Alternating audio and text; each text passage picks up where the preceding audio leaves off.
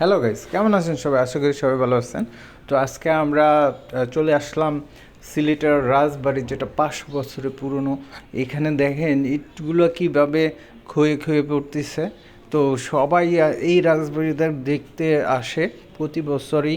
এবং সিলেটে তো জানেন আপনারা, অনেক বিখ্যাত বিখ্যাত মৌলভীবাজারের যে বিখ্যাত চা বাগান আছে, ওই চা বাগান দেখতেও আসে।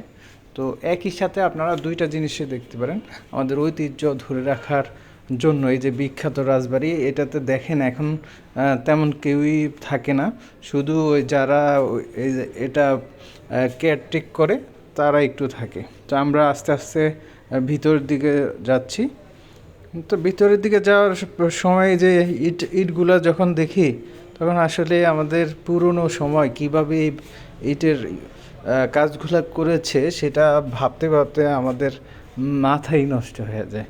আসলে তখন প্রযুক্তির এত ছিল না, কিন্তু তারপরেও তারা কিভাবে এত সুন্দর করে কাজগুলো করেছে, আসলে সেটা ভাবলেই মন ভালো হয়ে যায় যে আসলে ওই সময় প্রযুক্তি না থাকলেও মানুষের মেধা এত ভালো ছিল যে তারা কত কাজ করেছে। দেখেন এত ইট কিভাবে তখন করলো, তখন তো ইটের ভাটাও ছিল না।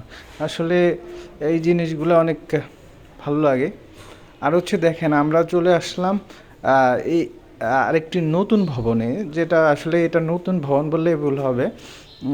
এইটা হচ্ছে যে পুরাতন ভবনকেই এখন সংস্কার করা হচ্ছে, যাতে শরণার্থীরা এসে সুন্দর ভাবে পর্যবেক্ষণ করতে পারে। দেখেন এই যে আস্তে আস্তে রং করতেছে এখানে। তো বিল্ডিংগুলো আসলে অনেক পুরাতন, তো এখন ওনারা আস্তে আস্তে অনেক দরজা ব্লক করে দিচ্ছে, যাতে করে কোনো মানুষের কোনো সমস্যা না হয়। এখানে আসলে ভুতুরে ভুতুরে লাগতেছে।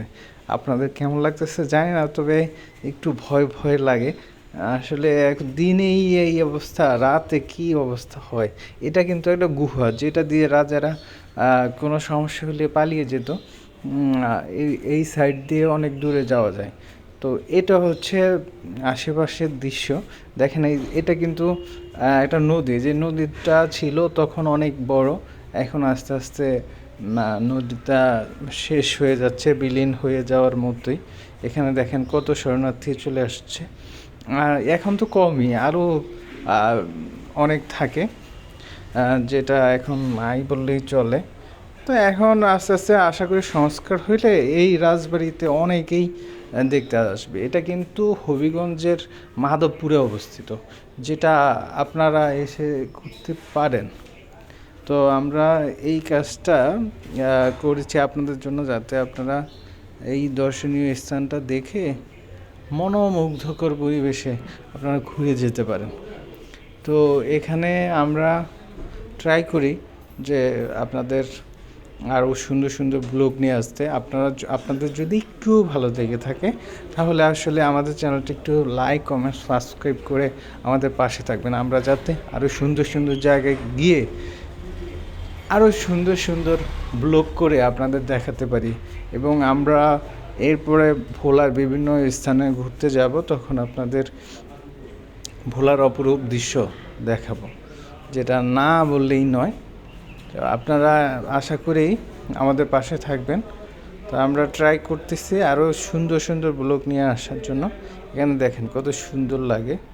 এই যে এটা কিন্তু হচ্ছে যে তখনকার রাজাদের থাকার স্থান। এখানে বসে সুন্দর দৃশ্য,